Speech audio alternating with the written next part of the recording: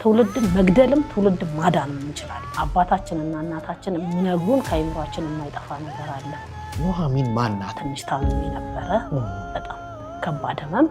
ወደ አገልግሎት የገባሽበትን ጊዜ እስኪ እናስታውስ። እናታችን ለልጆቿ በጣም ትልቅ መስዋዕትነት የከፈለች እናት ነው። ወደ ሰንበት ትምህርት ቤት ህይወትና የአስተዳደግ ሁኔታ ደግሞ ሲመጣ ይሄ የህልውና ጉዳይ ነው። የማንነት መገለጫዎች ናቸውና የባለድርሻ አካላት ምን ማድረግ አለባቸው? በእውነት የተጀመረው እኛ ጊዜ ነው። ቤተሰቦቻችን ደግሞ የራሳቸው ተጽዕኖ የሚያደርጉበት ሁኔታም አለ። እኔ የዛን ያህል እነሱ የመጣል አቅም እንትን ኖሮኝ ነው ብዬ አለ። አብርሆት ራሱ ግዕዝ ነው። የትምህርት ህይወቷ የሚመስል ነበር። ማትሪክ በቀን እንደማር አልመጣልኝ ጉዳይ ነው። ቋንቋዎች መጨመራቸው በትምህርት ቤት ደረጃ ጥቅም እንጂ ጉዳት የለውም። ዝቅ ስትል እግዚአብሔር ከፍ ያደርግሃል። ይሄ የግዕዝ ፍቅር ከየት መጣ? እንዴት አደገ? ከግዕዝ የሚሻል ነገር የለም ብዬ አመንኩኝ። የግዕዝ ቋንቋን በአደራ ጠብቃ ያስቀመጠች ማን ናት? ከመስከረም እስከ ሰኔ እኮ ካስተማረ እኮ ተማሪዎቹን ይዞ እኮ ከቆየ ሊመሰገን ይገባዋል። እንደው ለእነዚህ ልጆች ነገ ከነገ ወዲያ እንደው ታሪካችን እንኳን ቢሉ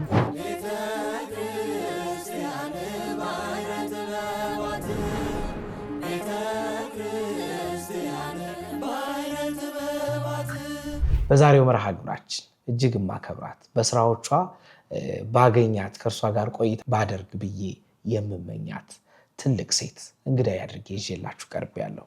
አብራችሁኝ እንድትቆዩ ግብዣዬ ነው። እንግዳዬ መምህርት ኑሃሚን ዋቅጅራ ትባላለች። አብራችሁኝ ቆዩ። ኑሃሚን እንኳን ደህና መጣሽ። እንኳን ደህና ቆየ መምህር። ይፈቀድልኝና እኔ ኑሃሚን ልበል፣ አንቺም እንደዛ ቴዲ በይ። ይፈቀድልኛል? ችግር የለውም። እንዳላርቅሽ በሚለው አራኩኝም። እንግዲህ ዛሬ ከገና ጀምሮ ያሉ ክብረ በዓላቶች አሉ። በእነዚህ በዓላቶች ደግሞ ልዩ መርሃ ግብራቶችን እናደርጋለን። እንግዳ የሆነች ስለመጣሽ በጣም አመሰግናለሁ። አመሰግናለሁ። እኔም ለዚህ መርሃ ግብር ስለጋበዛችሁኝ ከልብ አመሰግናለሁ። እግዚአብሔር ያክብርልን። ክብር ይስጥልኝ። ኑሃሚንን ብዙዎቹ በኢትዮጵያ ኦርቶዶክስ ተዋሕዶ ቤተክርስቲያን ቴሌቪዥን ያውቋታል። ኑሃሚን ማናት ብሎ አንድ ሰው ቢጠይቅ እኔ እሱ ልጀምርና ኑሃሚን ማናት እስቲ ንገሪኝ። እሺ፣ አመሰግናለሁ። ያው መምህርት ኑሃሚን ማነች ካልክ መጀመሪያ የሚመሰገነው እኔን ካለመኖር ወደ መኖር ወደዚች ምድር አምጥቶ አሳድጎኝ በቤቱ ለዚህ ክብር ያበቃኝ አባቴ አማኑኤል ነውና እሱን አመስግኜ ወደ እኔ ጥያቄ ብሄድ፣ እሺ።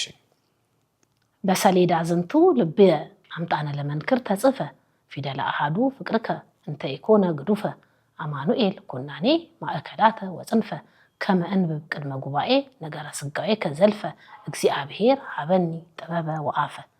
እንግዲህ ይህ የመልክዓ አማኑኤል መነሻው ነው።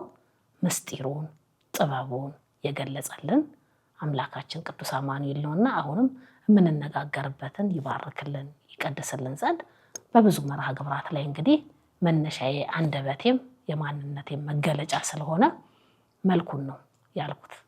ወደ ቀጣዩ ልሂድ። እንዴት?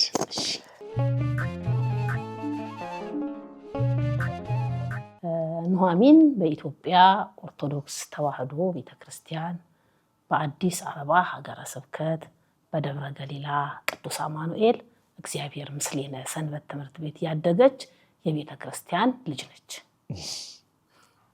ትውልዷ፣ እድገቷ እስቲ እናወራ ስለሱ። እሺ፣ እንግዲህ ያው እኔ ተወልጄ ያደግኩት በዚሁ በመሃል ከተማ በአዲስ አበባ መርካቶ ቅዱስ አማኑኤል ቤተ ክርስቲያን ነው።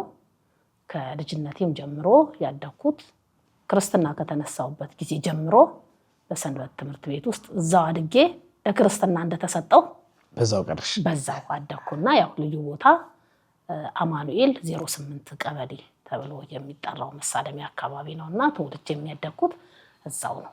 ኑሃሚን አስተዳደጓ ምን አይነት ነበረ? በእውነቱ ለመናገር ብዙዎቻችን የአዲስ አበባ ልጆች እንደማንኛውም ሰው እናድጋለን፣ እንጭራለን፣ ይሄ ሁሉ አለ። ግን ወደ ሰንበት ትምህርት ቤት ህይወትና የአስተዳደግ ሁኔታ ደግሞ ሲመጣ ቤተሰቦቻችን ደግሞ የራሳቸው ተጽዕኖ የሚያደርጉበት ሁኔታም አለ። እሱ ምን ይመስላል? እሺ፣ እኔ እድለኛ ሆኜ ቤተሰቦቼ ያው ቤተክርስቲያን በር ላይም በማደጋችን ታላላቅ እህት ወንድሜም እዛው ሰንበት ትምህርት ቤት አባላት ናቸው። ያው ወደ መነሻው ሲሄድ አባቴ አቶ ወቅጅራ ዱሬሳ፣ እናቴ ወይዘሮ ዳንሴ ነች። በቤት ውስጥ 7 ልጆች ነን ያለነው። አንድ ወንድማችንም እንደ አባትም እንደ ወንድምም የምናየው አንድ ወንድም ነው ያለን። የቤቱ 6ኛ ልጅ እኔ ነኝ። እድለኛ ነው በጣም በጣም። ዶክተር አስናቀ ዋቅጅራ ይባላል። የቤቱ 6ኛ ልጅ እኔ ነኝ። 7ኛ የኔ ታናሽ አለች እና 6 ሴት አንድ ወንድ ነው። እሱም የእሱም ታላቅ እህቴም ኮማንደር ሽታይ ዋቅጅራ ሰንበት ትምህርት ቤት አባላት ናቸውና ሌሎችም እህቶቼ ቀጥታ በሰንበት ትምህርት ቤት አባልነት ባይካፈሉም ከቤተ ክርስቲያኑ ጋራ አብሮ የተያያዘ ግንኙነት ያላቸው በመሆኑ አብዛኛው ከትምህርት ቤት መልስ ቄስ ትምህርት ቤት የጀመርኩት እዛው ነው። በነገራችን ላይ አማኑኤል ቤተክርስቲያን ነው። ከ1ኛ እስከ 6ኛ ክፍል የተማርኩትም እዛው አማኑኤል ቤተክርስቲያን ነው። ሁሉ ነገሬ ኑሃሚን ሲባል ደብረ ገሊላ አማኑኤል ካቴድራል ቤተክርስቲያኑና እግዚአብሔር ምስሌነ ሰንበት ትምህርት ቤቱ የመጀመሪያ የማንነት መገለጫዎች ናቸውና እዛው ነው ያደኩት። ያው ከቤተክርስቲያን ጋር የተያያዘ ነገር ስለሆነ አብዛኛውን ነገር በዛው የቀጠለ ነው። ቤተሰብም የመንፈሳዊ ህይወቱ ላይ ያለው ነገር እግዚአብሔር ይመስገን ጥሩ ነው። ኑሃሚን እዚህ ከደረሰች በኋላ የትምህርት ህይወቷ ደግሞ ከተወለደች ካደገች በኋላ ወደ ትምህርት ትገቢያለሽ። ከዛም በኋላ 1ኛ ክፍል ወይም ዳርሲን ቄስ ትምህርት ቤት በዘመኑ በነበረው ከዛ በኋላ እድገት ይመጣል። የትምህርት ህይወቷ ምን ይመስል ነበረ? የትምህርት ህይወቴ ያው በመጀመሪያ እንደነገርኩ በደብረ ገሊላ አማኑኤል ካቴድራል የኒታ ፀሐይ የሚባሉ አባት ነበሩ። እሳቸው ጋር ነው እስከ ዳዊት ድረስ ደግሜ የተማርኩት። እዛው አጋጣሚ ሆኖ የደብሩ ላይ 1ኛ ደረጃ ትምህርት ቤት ሲመሰረት እዛው 1ኛ ደረጃ ትምህርት ቤት ቄስ ትምህርት ቤት የምንማሩ ተማሪዎች ነን። እዛው የገባ ነውና ተማሪ መሰላል ከዚህ ወደዚህ ተዛወርንና ከ1ኛ እስከ 6ኛ ነበር። ባዶ እንዳይሆን ተብሎ እኔ ቀጥታ የትምህርት ህይወትን ያወቅኩት ከ4ኛ ክፍል ጀምሮ ነው።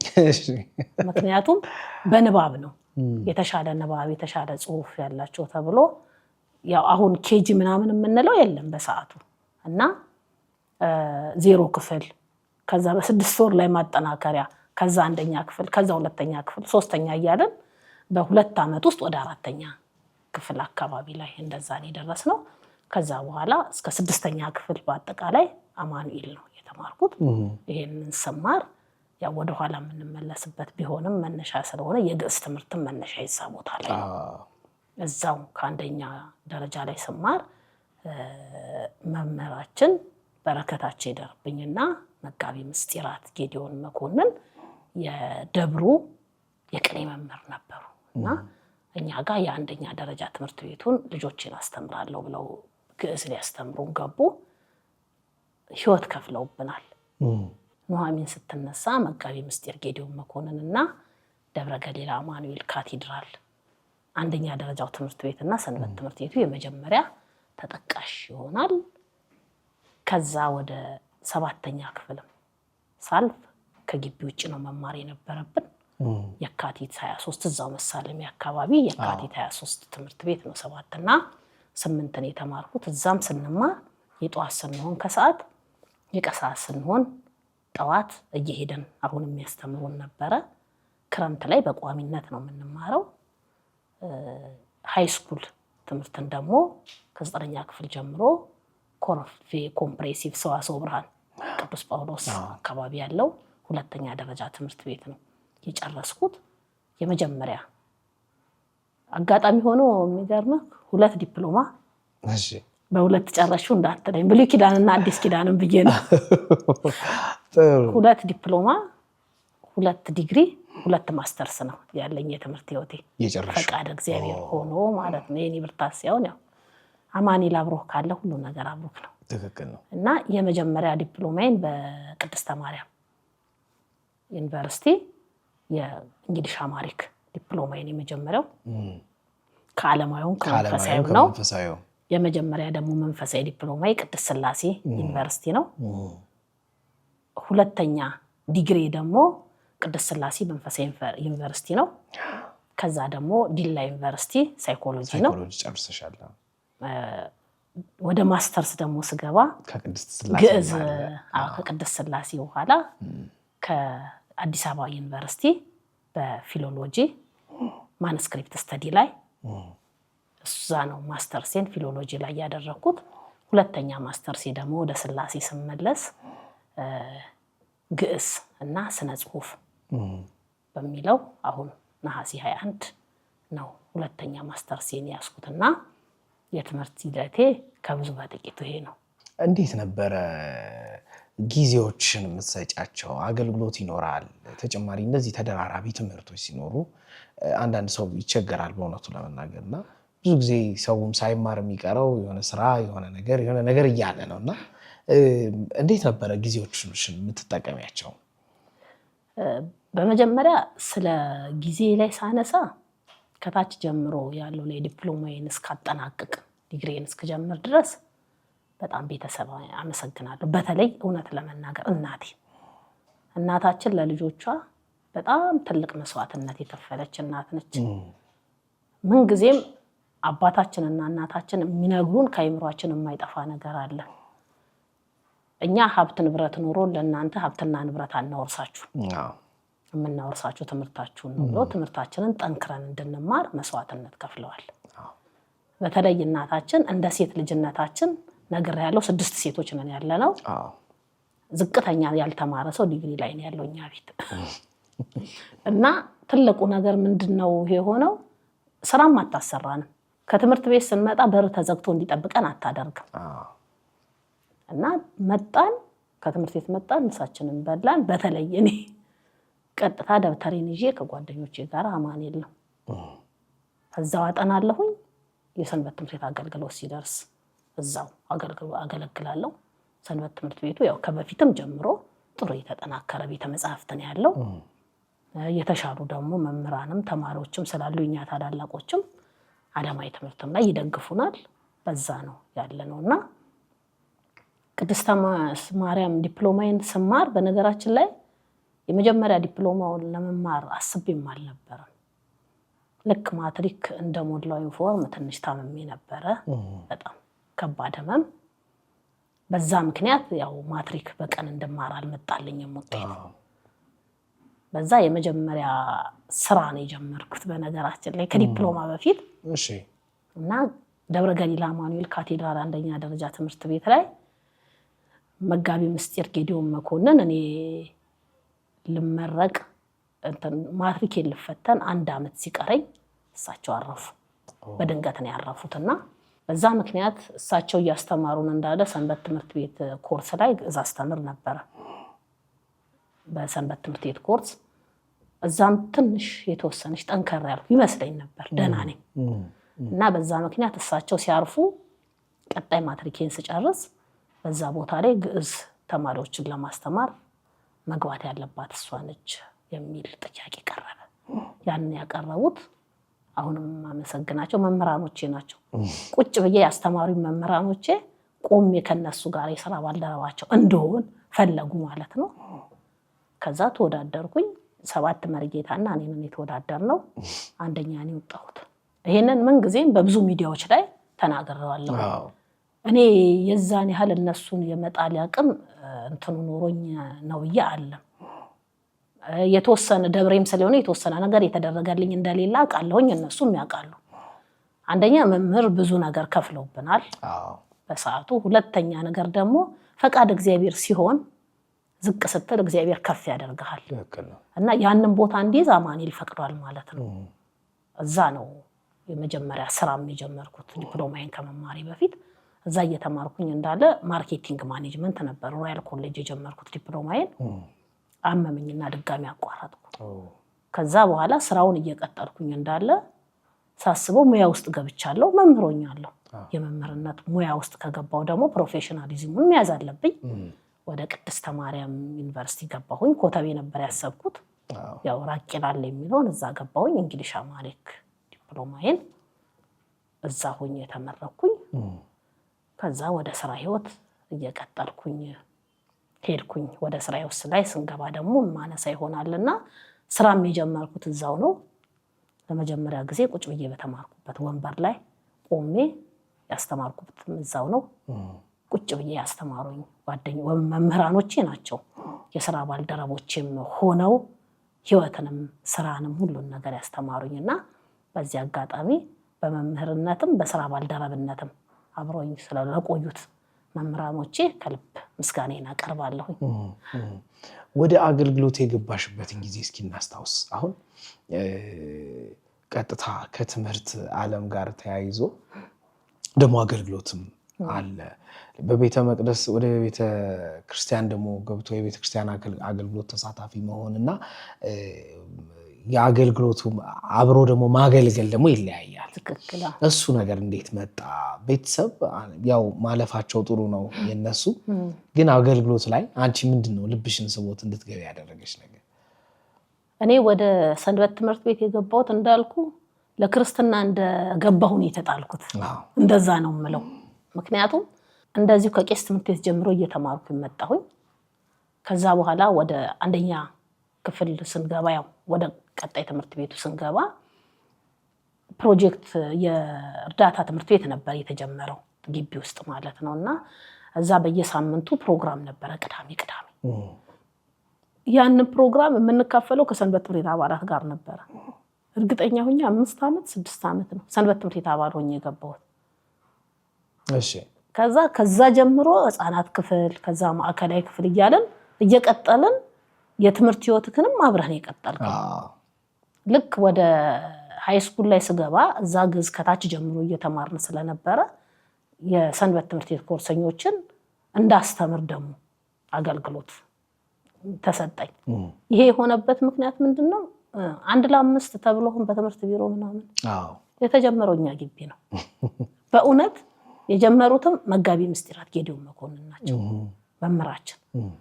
ለምሳሌ እኔ እርባታን ከተማ ካጠናሁኝ ከኔ በታች ላሉ ልጆች 5 ልጆች ይሰጠኛል። እነሱን እኔ ያለፈውን እንዳስተምራቸው እንደዚህ ያለን ስንማር ስለነበረ ኮርሱንም እንዳስተምር የተፈቀደልኝ በዛ ምክንያት ነውና የመጀመሪያውን ኮርስ ራሱ ሲመረቅ ብፁዕ አባታችን አቡነ እንጦንስ ናቸው የምስክር ወረቀት ሰጥተው በመምህርነት የተመረኩበት እና ወደ መምህርነትም ስገባ ዶክመንቴ ነበር የመጀመሪያው እዛ ላይ በመምህርነት ስታስተምር ጥሩ ነው የሚለው ነገር ነበር። እንግዲህ ከዛ ጀምሮ ነው ከዛን ጊዜ ጀምሮ ከሰንበት ትምህርት ቤት ነው አልወጣሁም። አሁንም አለሁኝ አባል ነኝ። አሁንም ባለኝ ሰዓት አሁንም ቢሆን አንዳንድ ጊዜ የምንሰጣቸው አገልግሎቶችና የምናደርጋቸው መንፈሳዊ ህይወት አገልግሎትንና ዓለማዊ ነገሮቻችንን ማጣጣት ነው። ምክንያቱም ተማሪም ብንሆን ቀን ከሌሊት አይደለም የምንማረው፣ ከሰኞ እስከ ዓርብ አይደለም የምንማረው። ትልቁ የምናገለግልባቸው አገልግሎቶች ምን ምንድን ናቸው ብለን መለየት ይገባናል። ከስራችን ከትምህርታችን ካለን ህይወት ጋር የማይጋጩብን አገልግሎቶች ምን ምንድን ናቸው? ራስ ሰዓታችንን ካመቻችን አገልግሎት ባገለገልን ቁጥር እውነት ለመናገር እንባረክበታለን። ጊዜያችን ይሰፋል። አንዳንድ ጊዜ እኔ ራሴ ቁጭ ብዬ ሳስበው ይሄን ያህል ጊዜ ነበረኝ እንደ የምለው ነገር አለኝ። ሁለተኛ የምታደርጋቸው ነገሮች ራሱ ይሳካልሃል። ለምሳሌ አሁን 2 ዲግሪ በአንድ ጊዜ ሲይዝ በአንድ ዓመት ነው ያስኩት። ሰኔ 10 ከቅድስት ሥላሴ መንፈሳዊ ዩኒቨርሲቲ ዲግሪን ያስኩኝ። ጳጉሜ 2 ደግሞ ከዲላ ዩኒቨርሲቲ ዲግሪን ያስኩኝ። እዚህ ኤክስቴንሽን እየተማርኩኝ እዛ ሰመር እየሄድኩኝ ነበር መማር የነበረው። በአንድ ዓመት ውስጥ ነበር 2 ፔፐር የሰራሁት። ይሄ ሁሉ የሆነው እግዚአብሔር ስለረዳኝ ነው እና የምናመቻቻቸው ነገሮች። ሁለተኛ ደግሞ የምትገባባቸው የስራ ቦታዎች እውነት ለመናገር እዛ ማኔልም ያው ያሳደጉኝ መምህራኖች ናቸው የስራ ባልደረቦቼ። ከዛም ቀጥሎ ወደ ቀጣይ ወደ ሄድኩባቸው የስራ ቦታዎች ወደ አቡነ ጎርጎርዮስ ነው። ከዛም መንበረ መንግስት ቅዱስ ገብርኤል ነው። እዛ አካባቢም ያን ያህል የሚጫኑኝ አልነበሩም። ለትምህርቴ የሚጫኑኝ አልነበሩም፣ የሚያበረታቱኝ ነበሩና ትልቁ ነገር በስራም ይሁን በትምህርት ህይወትም ይሁን በቤተሰብህም አገልግሎት ላይ ይሁን የሚሰጥህን ለአንተ ሙሉ ቀን ስራ አትባልም። የሚሰጥህን ነገር ኢፌክቲቭሊ ካጠናቀቅ ማንም አይፈልግም። ካንተ የሚፈልገው ዋናው ስራህን በአግባቡ ማሳካት ነውና ያንን ነገር ስናደርግ የምንሰራው የሚባረካልና ከዛ አንጻር ነው ያሉት ነገሮች። በጣም ጥሩ።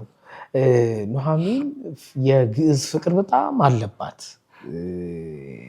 በዛም የተነሳ ይመስለኛል 10 የግዕዝ መጽሐፍቶች አሉ ከ1ኛ ክፍል ጀምሮ እስከ 10ኛ ክፍል ድረስ የተጻፉ ለክፍል ማስተማሪያ የሚሆኑ ትውልድን የሚዋጁ መጽሐፍቶች የጻፍሽው።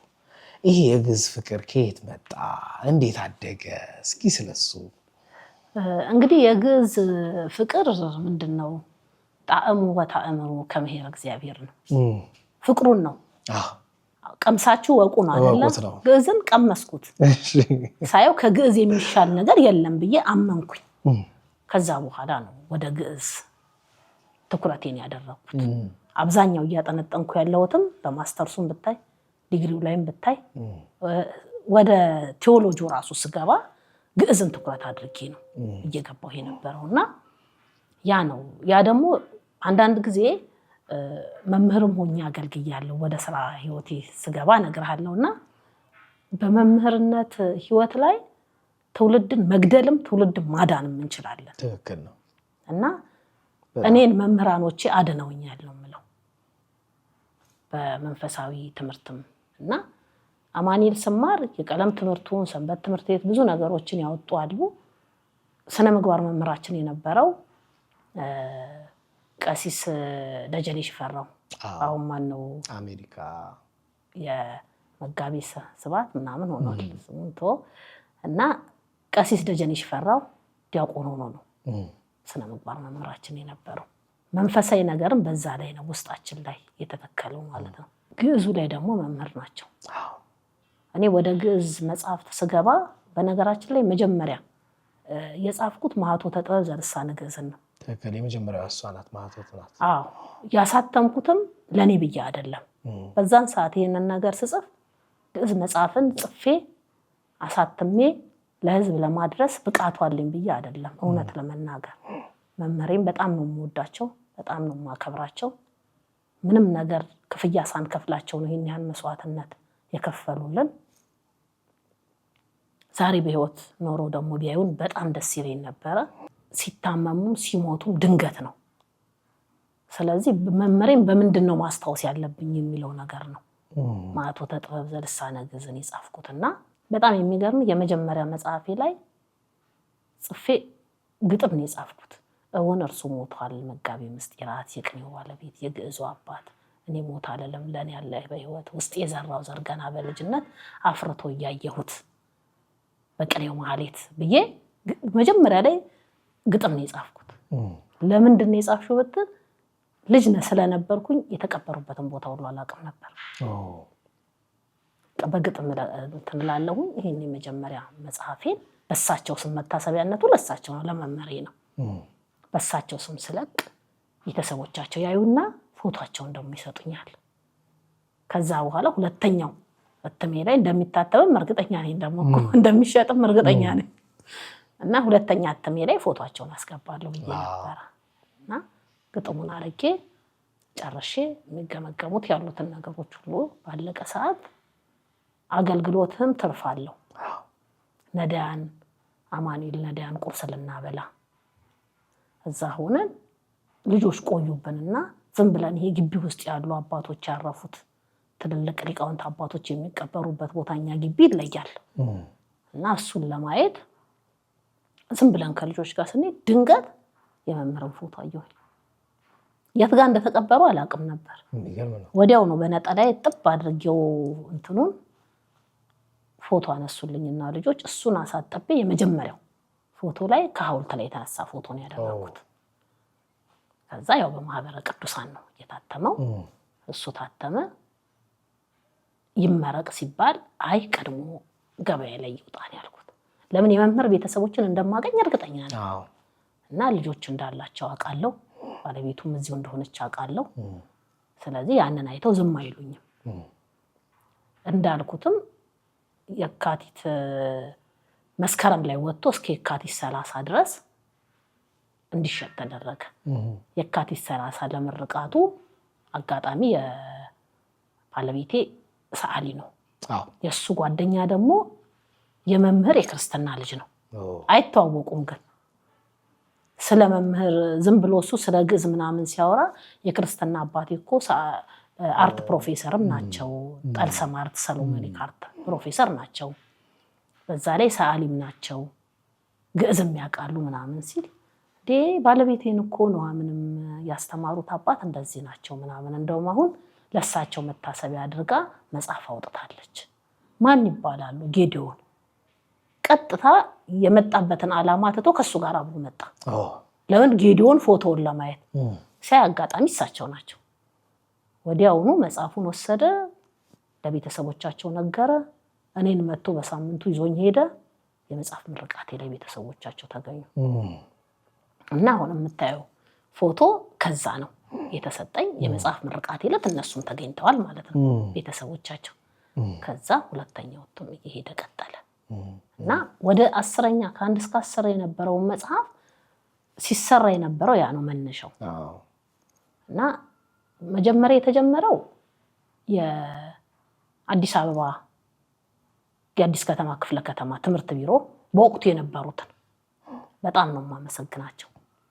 እኛ አንደኛ ደረጃ ከ1ኛ እስከ 6ኛ ክፍል እያስተማርኩኝ እንዳለ ትምህርት ቢሮዎች ይገመግማሉና ሲመጡ እኔ በዛን ሰዓት ቅድስተ ማርያም ዲፕሎማዬን እየተማርኩ ነበረ እና ሌሰን ፕላን የማዘጋጀው በግዕዝ ነው። የአመታዊውንም አኗሉንም የማዘጋጀው ያንንና ስነ ምግባር ማስተማሪ ነበርኩኝ። 4 ሆነው መጥተው 2ቱ ውጪ ሆኖ ተማሪዎችን ይጠይቃሉ፣ 2ቱ ደግሞ ቢሮ ገብተው ያናግራሉ። 2ቱ እዛ የሚያናግሩበት ዋናው ምክንያት ምንድነው? በሰዓቱ እኛም ስንማር በነበረበት ሰዓት ትምህርት ቤቱ የእስልምና እምነት ተከታዮች የሚማሩበት ነበር። ሌሎችም ተከታዮች ያው በዛን ጊዜ የሚታወቁ ኦርቶዶክስና እስልምና ነው፣ ሌላው ብዙም አይታወቅምና ይማሩ ነበርና የሃይማኖት ተጽዕኖ ታደርጉባቸዋላችሁ የሚል ነገር ስላለ ነው ረፍት ሰዓት መጥተው እነሱ ውጭ ገመግማሉ። ገብተው ርዕሰ መምህሩን ሲጠይቁት አይ ስነ ምግባርም ግዕዙንም የምታስተምረው ኑሐሚን ነች፣ ስለዚህ እሷን ብታናግሯት ጥሩ ነው። እኔ አዲስ ነኝ ያለ አጋጣሚ ርዕሰ መምህሩ አዲስ ነበር፣ ተጠራሁኝ። ከዛ ሲያናግሩኝ 2ቱ ለካ እኛን እየገመገሙ ነው፣ ውጭ ተማሪዎችን እየጠየቁ ኢንፎርሜሽን የሌላ እምነት ተከታዮቹን እና ሲጠይቁ አሳየኋቸው። እኔ ዲፕሎማዬን እየተማርኩ ነው፣ በተማርኩት መሰረት ይኸው ሌሰን ፕላኑን ሁሉንም በዚሁ ነው የማወጣው እና ግዕዙን በግዴታ ነው የሚማሩት። ግዴታ ማለት መማር አለባችሁ ብያቸው አይደለም፣ የግዴታ ውዴታ ፍቅሩ ኖሯቸው። ምክንያቱም የግዕዝ ትምህርት በራሱ በ2 ይከፈላል፣ የቋንቋ ትምህርትና የአብነት ትምህርት ነው። እዚህ ልጆቹ የሚማሩት እኔም የማስተምራቸው ቋንቋውን ነው። አብነት ትምህርቱን ሊቃውንተ ቤተክርስቲያን ውስጥ ስርዓተ አምልኮን፣ ስርዓተ ቅዳሴውን፣ ስርዓተ አምልኮን ነው የሚማሩት። ለምሳሌ አረብኛ የእስልምና እምነት ተከታዮች በቋንቋ ይጠቀሙታል፣ በእምነታቸውም ደግሞ በአምልኮት ይጠቀሙታል። እንደዛው ነው፣ እንደ ቋንቋ ነው። ቋንቋውን ስለሆነ ደስ ብሏቸው ነው እየተማሩት ያሉት። ስነ ምግባሩን ግን እንደ ማንኛውም ኦርቶዶክስ እምነት ተከታይነቴ ኦርቶዶክስን ትምህርት ነው የማስተምራቸው፣ መጽሐፍ ቅዱስን ነው የማስተምራቸው። ስነ ምግባሩን መማር ያለባቸው ልጆች የፈለጉ ቁጭ ብለው ይማራሉ። አይ መማር አንፈልግም ያሉ መብታቸው ነው እና የሚወጡም ልጆች አሉ። ይሄ ነው። ግዕዙ ላይ ግን ሁሉም ደስተኛ ሆኖ ነው የሚማሩት። ያ ሃይማኖት ስለሆነ እንደ ሃይማኖት ነው አልኳቸው። ከዛ ሙሉውን አዩት። ኖት ምናምን ሲሉኝ 3 መጽሐፍ ነበረኝ በሰዓት ያዘጋጀሁት።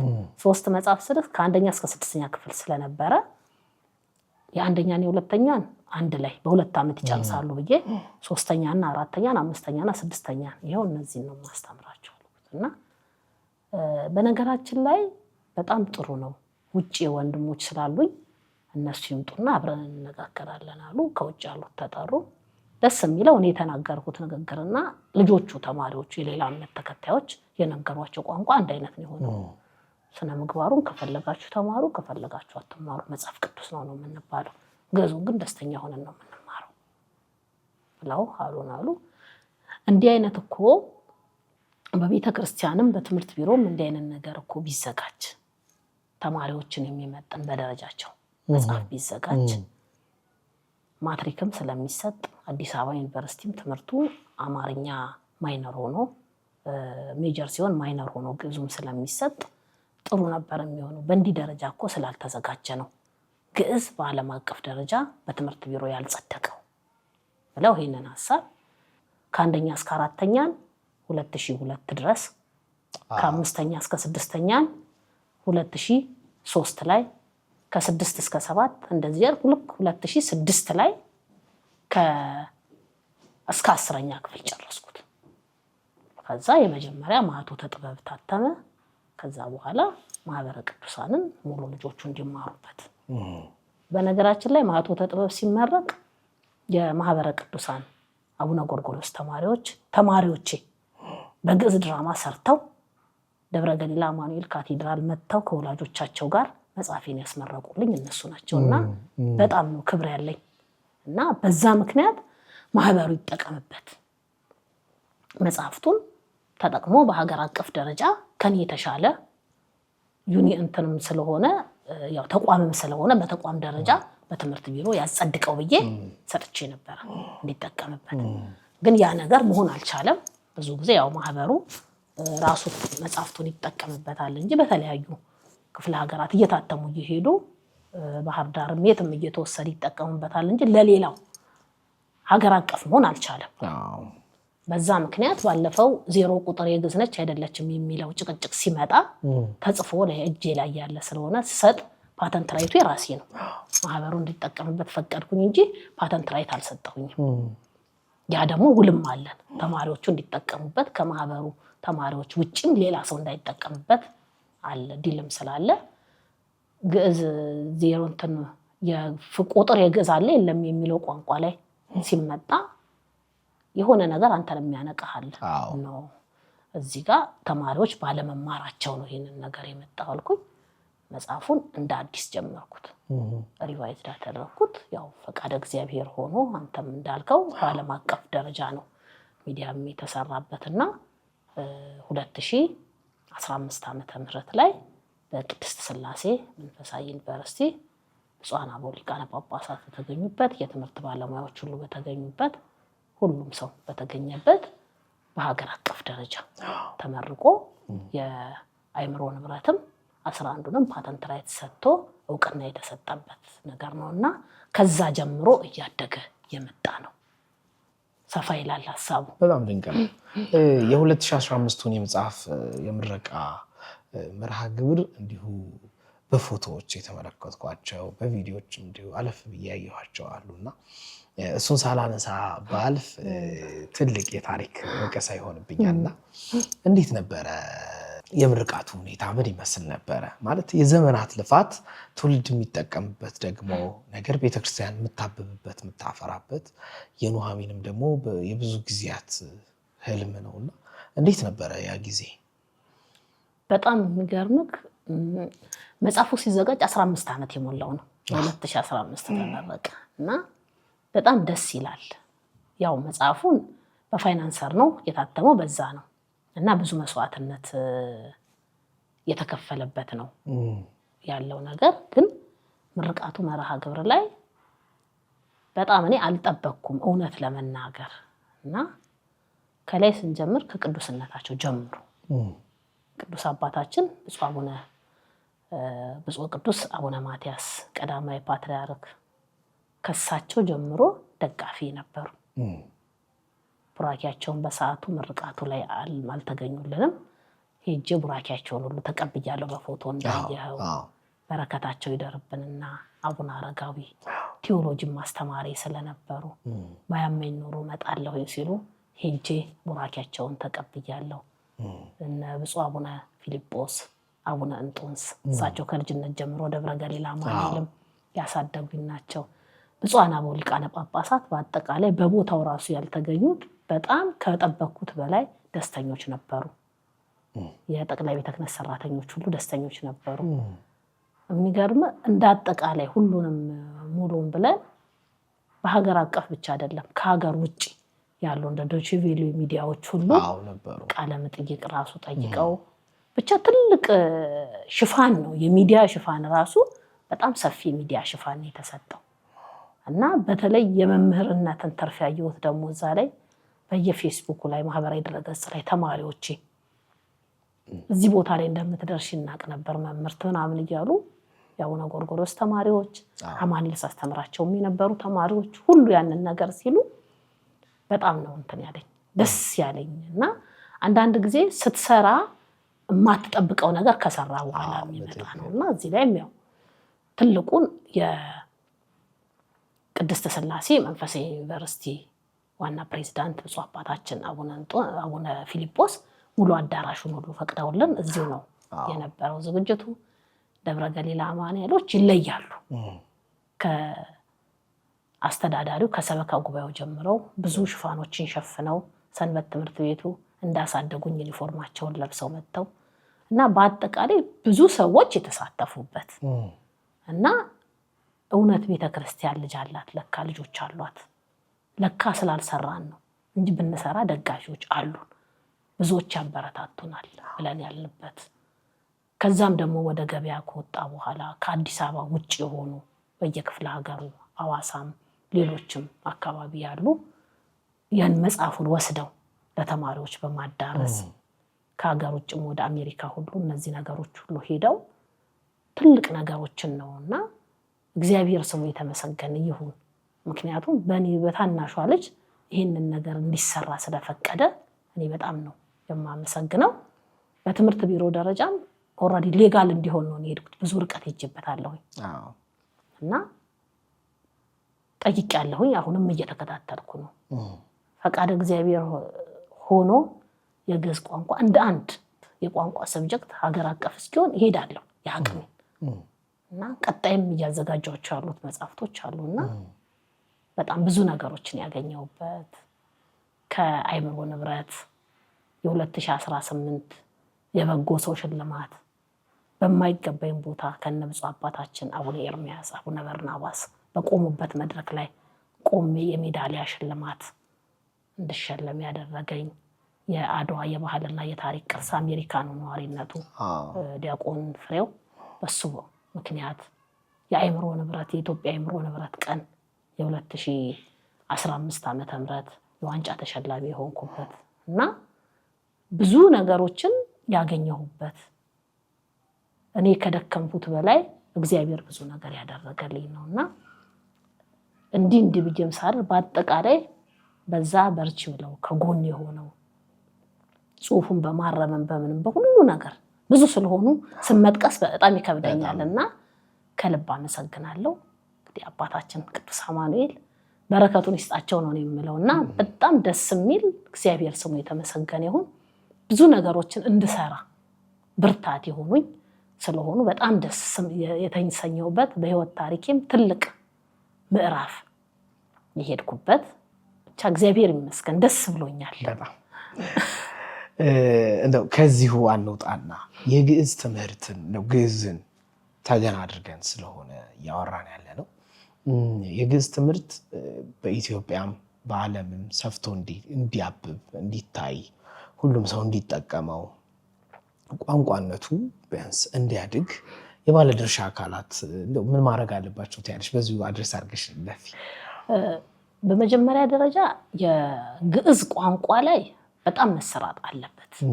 በጣም እንደ ቤተክርስቲያን እንደ ሀገር እንደ ትምህርት ቢሮ ምክንያቱም 2015 ላይ የሰብጀክቶች ሪቫይዝ ተደርገዋል። አጋጣሚ ሆኖ እኔ ያ ከጸደቀ በኋላ ነበር ፓተንት ራይቴን እጄ ላይ የወሰድኩት እና ብዙ ርቀት ሄጄበታለሁኝ አሁንም ሄድበታለሁ ብያለሁኝ። በመጀመሪያ የግዕዝ ቋንቋን እንደ ቋንቋነቱ ለትውልድ የምናስተላልፍበት ዋናው ምክንያት ለትውልዱ ብለን አይደለም፣ ለራሳችን ለማንነታችን ብለን ነው። የግዕዝ ቋንቋ ኢትዮጵያዊ አፍሪካዊ ብቻ አይደለም፣ ዓለም አቀፋዊ ቋንቋ ነው።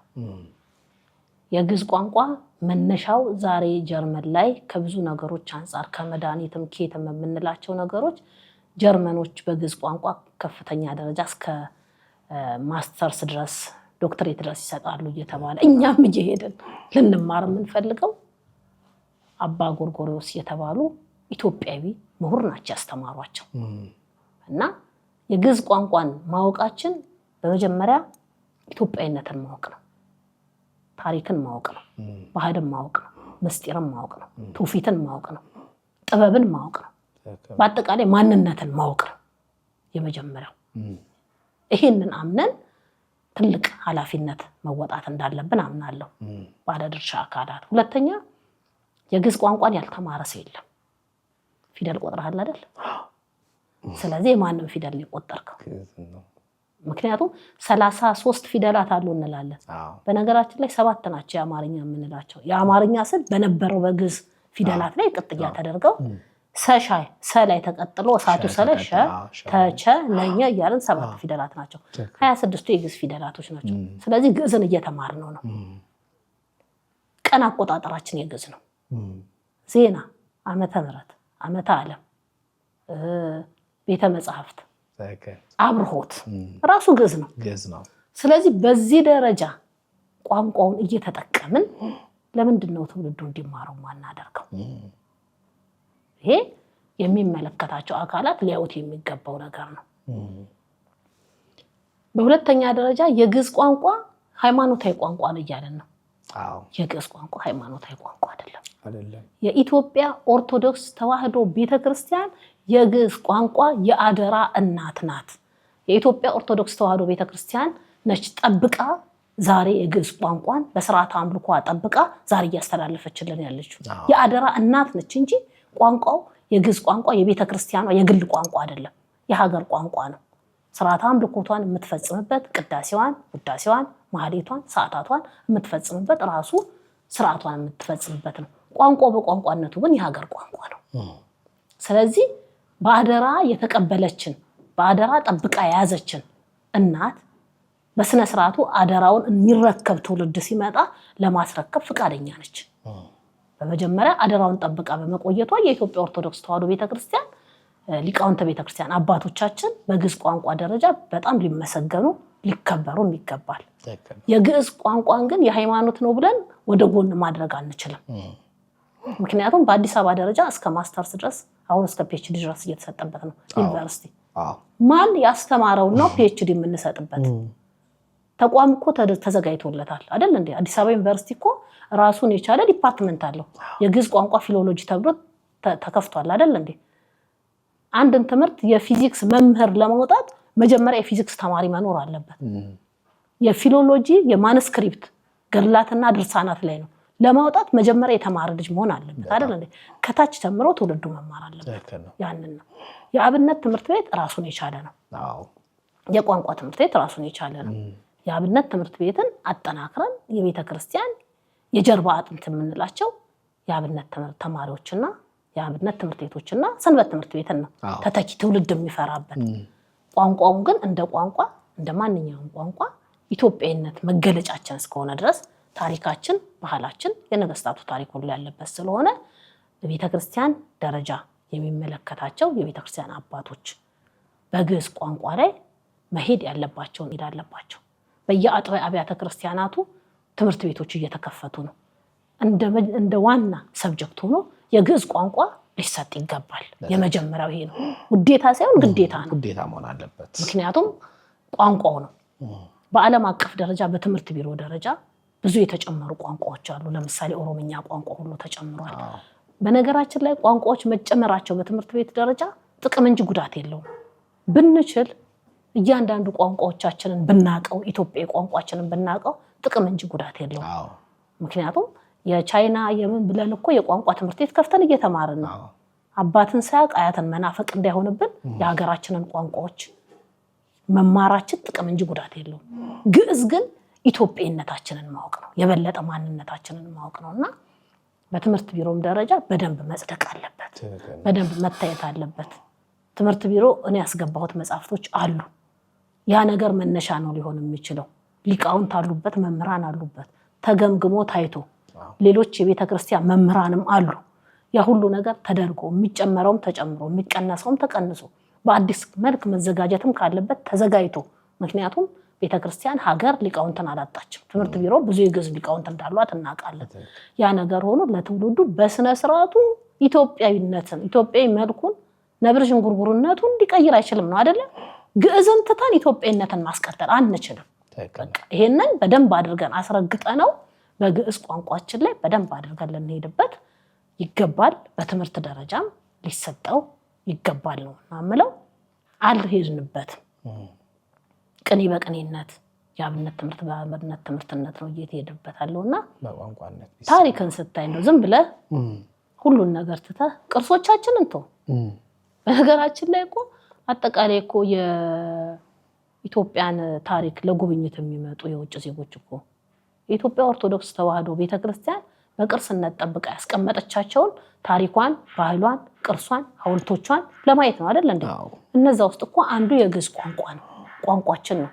የተጻፉ ጥንታዊ የነገስታት ታሪክን ብናይ፣ ጥንታዊ የኢትዮጵያ ታሪክን ብናይ በግዕዝ ቋንቋ የተጻፈ ነው። ለምንድን ነው ደግሞ የምንለው? የመጀመሪያ የኢትዮጵያ ኦርቶዶክስ ተዋሕዶ ቤተክርስቲያን የጸሎት ወይንም ደግሞ የሥርዓተ አምልኮ ቋንቋ ብቻ ስለሆነ አይደለም። የኢትዮጵያ የሀገር ቋንቋ ራሱ የመጀመሪያው የግዕዝ ቋንቋ ብሔራዊ ቋንቋችን ስለነበረ ነው ታሪካችን ተጽፎ የተቀመጠው። ስለዚህ የኢትዮጵያን ታሪክ ስናይ የኢትዮጵያን ግዕዝ የግዕዝ ቋንቋ ማየትና መመልከት ትውልዱ እንዲያውቀው ማድረግ ግድ ስለሆነ በዚህ ላይ በጣም ልንሰራበት ኃላፊነት የሆነው ሰው የታሪክ ተወቃሽ እንዳይሆን ብዙ ነገሮችን ሊያደርግበት የሚገባው ነውና ከቤተክርስቲያን አባቶችም ትምህርት ቢሮም ከመንግስት አካላትም በዚህ ጉዳይ ላይ ቁጭ ብሎ ሊመክርበት ሊወያይበት ይገባል። የፌስቡክ ጭቅጭቅ ልናደርገው አይገባም። የግዕዝ ቋንቋ የፌስቡክ ላይ ይቀጥል አይቀጥል የሚባል ነገር አይደለም። ይሄ የህልውና ጉዳይ ነው፣ የሀገር ጉዳይ ነው፣ የሃይማኖት ጉዳይ ነው፣ የቤተክርስቲያን ጉዳይ ነው። እኔ በነገራችን ላይ እንደው ከዚህ ጋር ላንሳና አንድ ቦሌ መድኃኔዓለም ሕንፃ አካባቢ የተወሰኑ ሊቃውንት ነበሩ። ማስተርሴን አዲስ አበባ ዩኒቨርሲቲ ስማር ማኅቶተ ጥበብ እጃቸው ላይ ደርሶ አስተምረኝ ብለው ትልቅ አባቶች ናቸው። እውነት ለመናገር ፕሮቴስታንቶች ነበሩ፣ የእምነት ተከታዮች ሙስሊሞች ነበሩ፣ ኦርቶዶክሶች ነበሩ። ወደ 15 ትልልቅ ሰዎች ነበሩ። እኔ ቆሜ ላስተምራቸው የማይገባ ትልልቅ ሰዎች ቋንቋውን ፈልገውት። ቋንቋ በሃይማኖት የሚከፈል አይደለም። እኔ አረብኛን ተምሬያለሁ፣ በጣም ወደዋለሁ። የእስልምና እምነት ተከታይ ግን አይደለሁም። ዩኒቨርሲቲ ስንማር ፊሎሎጂ ላይ አንድ ኮርሳችን አረብኛ ነው። እታችም የካቲት 23 አንደኛ ደረጃ ላይ ስንማር ከዛ ጎን ዳግማዊ ብርሃን ከቢር የሚባሉ መምህር እንደነበሩ እህቴ በደንብ አድርጋ ተምራለች። ኦርቶዶክሶች ነው። ቋንቋ መማር ሃይማኖትን መቀየር አይደለም። በመጀመሪያ ደረጃ አጽድተን የምንማራቸው ቋንቋዎች የሃይማኖትና የቋንቋን አስተምሮ መጀመሪያ ለይተን ልናውቀው ይገባል እና የግዕዝ ቋንቋ እንደ ሀገር ልንነጋገርበት የሚገባ እንደ ሀገር እውቅና ተሰጥቶት እንደ አንድ የቋንቋ ሰብጀክት እንደ አማርኛ፣ እንደ እንግሊዘኛ፣ እንደ ኦሮምኛ እንደ ሌሎችም የቋንቋ ሰብጀክቶች ራሱን ችሎ በስነ ስርዓቱ ለትውልዱ ከሪኩለም ተቀርጾለት በስነ ስርዓቱ ሊሰጥ የሚገባው ነውና አልተሰራበትም፣ ትኩረት አልተደረገበትም። እኔ ሀገራዊ ጉዳይ ላይ ትኩረት አልተደረገበትም ብዬ ነው እኔ የማምነው። ለምን ግዕዝን ጀርመን ሲኬድ አሁን አላቅም። አንድ ጊዜ አንድ አጎታችን ሄዶ ሲመጣ ልክ ስደርስ አለ የግዕዝ ቋንቋ ኢትዮጵያዊን ስል ግዕዝ ቋንቋን ታውቃለህ ነው የተባልኩት አለ። እና እንደዚህ አይነት ነገሮች ስለሆኑ መጀመሪያ አእምሯችንን አጽድተ ነው እንየው። የግዕዝ ቋንቋ የማን ነው? የኢትዮጵያ ነው። የግዕዝ ቋንቋ በአደራ ጠብቃ ያስቀመጠች ማን ናት? የኢትዮጵያ ኦርቶዶክስ ተዋሕዶ ቤተክርስቲያን ናት። የኢትዮጵያ ኦርቶዶክስ ተዋሕዶ ቤተክርስቲያን የግዕዝ ቋንቋ የአደራ እናት ናት። ስለዚህ አክብረን እንቀበልሽ እንጠቀምበት ስንል ደግሞ በክብር ነው የምትሰጠንና ያንን ነው ማድረግ ያለብን።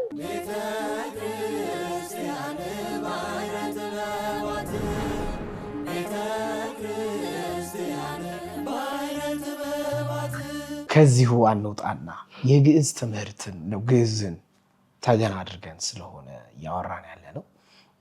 የግዕዝ ትምህርት በኢትዮጵያም በዓለምም ሰፍቶ እንዲያብብ እንዲታይ ሁሉም ሰው እንዲጠቀመው ቋንቋነቱ ቢያንስ እንዲያድግ የባለድርሻ አካላት ምን ማድረግ አለባቸው ትያለሽ? በዚሁ አድረስ አድርገሽ ለፊ ኃላፊነታችንን እንደ ማህበረሰብም እንደ ሀገርም እንደ ቤተክርስቲያንም እንደ ባለ ሀብቶችም እንደ ትምህርት ቢሮ የሚመለከታቸው አካላት ከሊቅ እስከ ደቂቅ ግዕዝ ቋንቋን በተመለከተ በጣም በጣም በጣም ልንሰራበት ይገባል። አልተሰራበትም። ሀገራችንን ታሪኳን አላወቅንም። ባለማወቃችን ባህል ጠፍቷል፣ ትውፊት ጠፍቷል፣ ማንነታችንን አተናል፣ ብዙ ነገራችንን አተናል። ለምን? የቀደመ ታሪክህን ፍቅርህን ረስተሃልና ለተፋህ ነው ይላል አይደለ መጽሐፍ ቅዱስ። የቀደመ ማንነታችንን በተውኑ ቁጥር ብዙ ነገሮቻችን እየተለወጡ ስለሚሄዱ ወደ ቀደመ ማንነታችን ተመልሰን ሀገራዊ ቋንቋዎቻችን ላይ ትኩረት በማድረግ ሁላችንም ሀገራዊ ፍቅርን እንድናደርግ ነው የሚገባውና ግዕዝ ማለት ለእኔ ኢትዮጵያዊነት ነው። እውነት ነው። ክቡራን ተመልካቾቻችን እየተከታተላችሁት ያላችሁት ባህረ ጥበባት ቴሌቪዥንን ነው።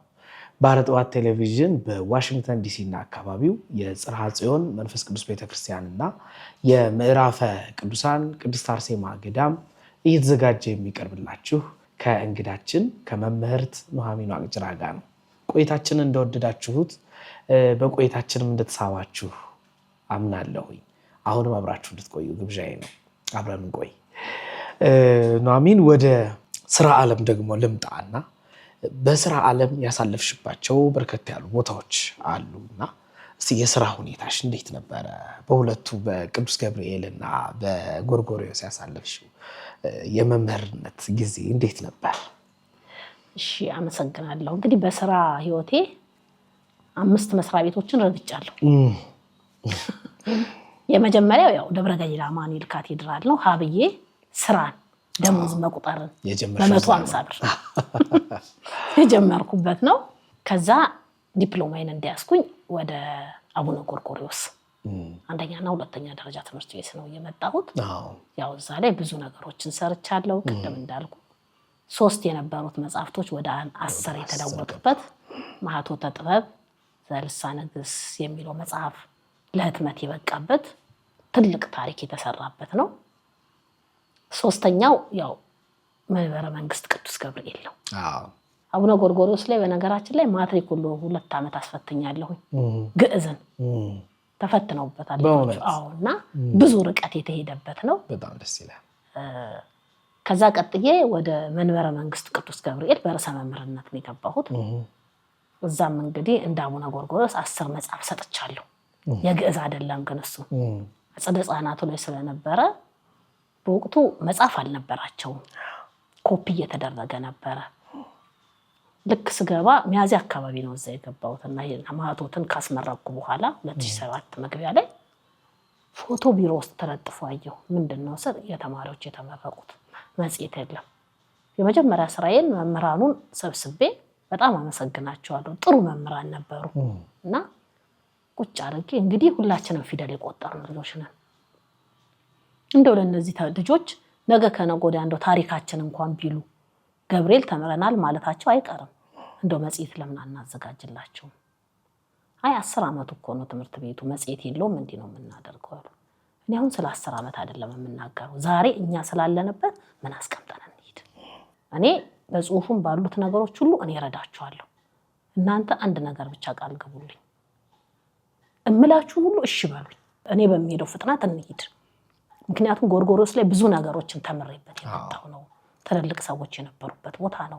ጎርጎርዮስ ስራ ስትገባ በትምህርት ሁሉን ነገር ካለፍክ በኋላ የሰንበት ትምህርት ቤት አባል መሆንክ የምስክር ወረቀት ደብዳቤ ይዘህ ትሄዳለህ እና አብዛኛው የመንግስት መምህራን ሊጎበኙ መጥቶ ክንፍ የሌላቸው መላእክትን ነው የምታስተምሩት የተባለበት ግቢ ነው። ዛሬ ያለውን ዲቴል ባላቅም ብዙ የሰንበት ትምህርት ቤት አመራር ላይ ያሉ ሰዎች የሚያስተምሩበት ስለሆነ ለስራ እየሮጥክ መሄድን አገልግሎትን ሰንበት ትምህርት ቤት ነው።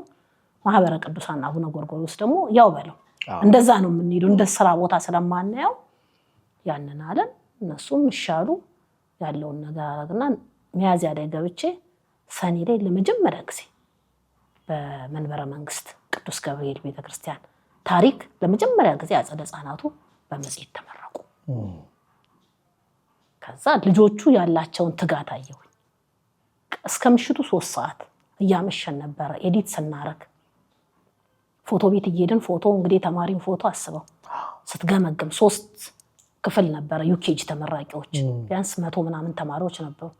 ያን ሁሉ አስተካክለ ከሚያዚያ በኋላ ጀምረክ ያንን ነገር ማድረግ በጣም ጊዜ መስራት እንደምንችል አመንኩኝ። ወዲያው ልክ ካስመረኩኝ በኋላ አበረታች የሆነ የምስክር ወረቀት አጠቃላይ ለመምህራኑ ያዘጋጀሁት። ለምን ሰው በሰራው ነገር እየተመሰገነ ነው መሄድ ያለበት። አንዳንድ ጊዜ ምስጋና ፕሮሞሽን ላይ እንትን አይደለም፣ ይሄ ምንድነው የስጦታ ብዛት አይደለም። ቴንኪዩ በቃ አብራችሁ ስለሰራችሁ አመቱን አብራችሁ አንድ መምህር እኮ ከመስከረም እስከ ሰኔ እኮ ካስተማረ እኮ ተማሪዎቹን ይዞ እኮ ከቆየ ሊመሰገን ይገባዋል። ምክንያቱም ተማሪው አንድ ወጥ ባህሪ ይዞ ነው የሄደው። ከዛ ጥቅምት ላይ ደግሞ የሆነ ነገር ማድረግ ነበረብን። በዛው አላረፍንም። እኔ ይሄንን ስሰራ ሰኔ ላይ ዲላ የሄድኩ እየተማርኩኝ ነው። ጎርጎሪዎስ ነው የጀመርኩት የነበረውና አሁንም ያለውን ነገር ሰበሰብኳቸው። አሁን ደግሞ አንድ ስራ እንስራ። ገብርኤልን የሚያህል አባት ይዘን የሰው ኮፒ እያደረግን መማር የለባቸውም ልጆቹ። አንደኛ ኮፒው የጠፋፋ ነው። ሁለተኛ በእኛ ታሪክ ምን ሰርተው አለፉ መባል አለብን። ስለዚህ ለቤተ ክርስቲያኑ በደሞዝ እየተከፈለን ብንሰራም እንደው ለቤተ ክርስቲያኑ ገቢ የሚሆን ነገር ለምንድን ነው እኛ ማናደርገው? መጽሐፍ እናዘጋጅ። እኛ መጽሐፍ ማዘጋጀት አንችልም። አሁን እኔ መጀመሪያ የነገርኳቸው ነው፣ ከኔ ጋር ሁኑ፣ እኔ ባለኝ አቅም የምሰጣችሁን የቤት ስራ ከሰራችሁ እንሰራዋለን አልኳቸው። ከዛ ከ6 ትምህርት ቤት በታተንኳቸው 20 ምናምን መምህራን ናቸው። ከ6 ትምህርት ቤት መጽሐፍቶችን እንዲያመጡ የነርሰሪ፣ የኤልኬጂ፣ የዩኬጂ። ምክንያቱም ዝም ብለህ የአጸደ ህጻናትን መጽሐፍ ዝም ብለህ የምታዘጋጀው አይደለም። የአማርኛ፣ እንግሊዘኛ እና አካባቢ ሳይንስ እንዲያመጡ። ከዛ ከነሱ ተሰበሰበ። ያንን ቁጭ ብለን በተራ በተራ እያየን ሁሉንም ይሄ እዚህ ጋር ይሆናል፣ ይሄ እዚህ ጋር ይሆናል፣ የኛን ደግሞ ይሄን እንጨምራለን እያለን ለነርሰሪ 3 መጽሐፍ አማርኛ፣ እንግሊዘኛና ሂሳብ፣ ለኤልኬጂ አማርኛ፣ እንግሊዘኛና ሂሳብ፣ ለዩኬጂ አማርኛ፣ እንግሊዘኛ፣ ሂሳብና አካባቢ ሳይንስ። ጥቅምት ላይ 10 መጽሐፍ ታተመ። ለመጀመሪያ ጊዜ ተማሪዎቹ በራሳቸው መጽሐፍ መማር ጀመሩ። እስካሁንም ድረስ የሚማሩት ያንን ነው። ያው ሪቪዥን ሊኖሩ ይችላል። 2007፣ 2008፣ 2009 መነሻ ድረስ ያንን ነገር አስተካከልኩላቸው። በጣም ደስ ይላል። አሁንም ኦልሬዲ 2 መሰረታዊ ነገር አለ። አንደኛ የራሱ መጽሔት አለው። ተማሪዎቹ በራሳቸው መጽሔት መጠቀም ጀመሩ። አንድ ነገር ፈር ካሲያስክ በኋላ ችግር የለውም። የራሱ መጽሐፍ አለው። ሪቫይዝድ ማድረግ አይከብድም። ያው መጽሐፍና ሽንፍላ ሁሌ አይጠራም ይባላል። ሁሌ ሪቪዥን ያስፈልገዋል። ግን መነሻ አለው። ሶፍት ኮፒ ተሰጥቷል። በሶስተኛ ደረጃ ደግሞ መምህራኑ ያው ከኋላ ያስከውና ሊዘህ የምትሄደው አቡነ ጎርጎሪዎስ ላይ ጉዞ ነበረ። ዝዋይ ሁሉ እንጓዛለን መምህራን ያስላለ። በሶስተኛ ደረጃ ደግሞ መምህራኑ ክረምት ላይ ሲጨርሱ ወደ መንፈሳዊ ጉዞ ኮኬልሽ ማርያም ነበር ሄደነው። ከዛ ደብረ ሊባኖስም ሄደናል። ተማሪዎችንም ህፃናቱን የማትለብሷቸውን ልብሶች አምጡ ምናምን ብለን ቤተሰብን ይሄ በጎ አድራጎት ልጆችን የምታሳየው ነገር አለ። ያሁን አሁን እነዚህ 3 መሰረታዊ ነገሮች እስካሁን ድረስ እየቀጠሉ ነው ያሉት። በጣም ጥሩ ነው። ከዛ ወደ ኢኦቲሲ መጣሽ? ከዛ ወደ ኢኦቲሲ መጣሁኝ እና ኢኦቲሲ ላይም ያው የምፈልገው ነገር ነበረ። በነገራችን ላይ ሚዲያን ወደዋለሁኝ፣ ግን አንድ ቀን ጋዜጠኛ እንደምሆን አምን ነበረ። እውነት ለመናገር 9ኛ ክፍል ሆኜ ነው መምህርነትና ጋዜጠኝነትን ወዳለው ስለ ነበረው። ግን ዲፕሎማዬን እንደጨረስኩኝ ወደ ቴዎሎጂ ከመግባቴ በፊት ዲግሪን እዛ ለመማር ነበር የሄድኩት፣ አዲስ አበባ ዩኒቨርሲቲ ጋዜጠኝነቱን ማለት ነው። እና የግል ትምህርት ቤት ስለሆነ ቅድስተ ማርያም ስለሆነ የተማራችሁት 2 ዓመት ማገልገል አለባችሁ የሚል ነገር ሲመጣ ነው የተውኩት። እና ይሄ ሲወጣ የመጀመሪያ ሰኔ 16 የኪዳነ ምሕረት ቀን 2008 ዓመተ ምህረት ነው ሙከራ ስርጭት ሲደረግ ቤተሰብ ቁጭ ብለን እንዳለ ሰማሁኝ። ወይም አምላክ ፈቅዳ እንደው በነፃ ይሄንን ሚዲያ ባገለገልኩት ነው ያልኩት። ምክንያቱም በእኛ ታሪክ ብዙ ጊዜ ያው በዓል ሲከበር ምን ሲል ሚዲያ ባለመኖራችን ያለውን ነገር ሁላችንም የምናውቀው ነውና ማስታወቂያው ሲወጣም አላወኩም። መጨረሻ ላይ የአብረን ቴዎሎጂ የተማረ ልጆች የመጨረሻ ውደት ነው ደውለውልኝ ገብርኤል እየሰራሁኝ እንዳለ እንደዚህ ማስታወቂያ ወጥቷል፣ የአብነት ትምህርት ግዕዙን ይላሉ፣ ቴዎሎጂ ይላሉ፣ ማስተርስም ካላችሁ ተያያዥ ይላሉ። እኔ ደግሞ የዛኔ ማስተርሴን ፔፐር እየሰራሁኝ ነበር 2009 ላይ አስገባሁኝ። ከዛ ወደ 400 ምናምን ሰው ነው የተወዳደረው። 3 ዲፓርትመንት ነው የነበረው በሰዓቱ። ትምህርት ክፍል፣ ዜናና ዘገባ፣ ሪፖርተር፣ ከዛ ዶክመንተሪ። እንግዲህ ብዙ ፈተናዎችን ወደ 7 ጊዜ ምናምን ተፈትነናል። እውነት ለመናገር የሚዲያ ባለሙያዎች ሁሉ እንትን ጋዜጠኛ መስከረም እና አዳም ሀበነዮም እነሱ ሌሎችም መጥተው ከዛ ሲወጣ በመረጥነው ፊልድ እኔ ትምህርት ክፍል ነበር የመረጥኩት። ትምህርት ክፍል ላይ እኔና ቀሲስ ፋሲል አለፍን። ዶክመንተሪ ላይ ቀሲስ መዝገቡና ሂርሞን፣ ከዛ ሪፖርተር ላይ መምህር ማርቆስ ሰሎሞንና መምህር ኃይሉ ሆነን መስራት ጀመራችሁ። ከዛ በቃ ደስ አለኝ።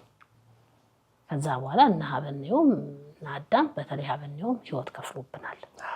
በጣም ብዙ ነገሮችን በማሰልጠን መስከረም፣ ሀበኔውም፣ አዳም ይሄንን ተቋም ለማለት ከሙያ አንፃር ብዙ ነገሮችን እንትን ብለዋል። ታህሳስ 2009 ዓ.ም ልደት ላይ በዚህ ወቅት የመጀመሪያ ቀጥታ ስርጭት ተጀመረ እና ጋዜጠኛ ሆነን ማለት ነው።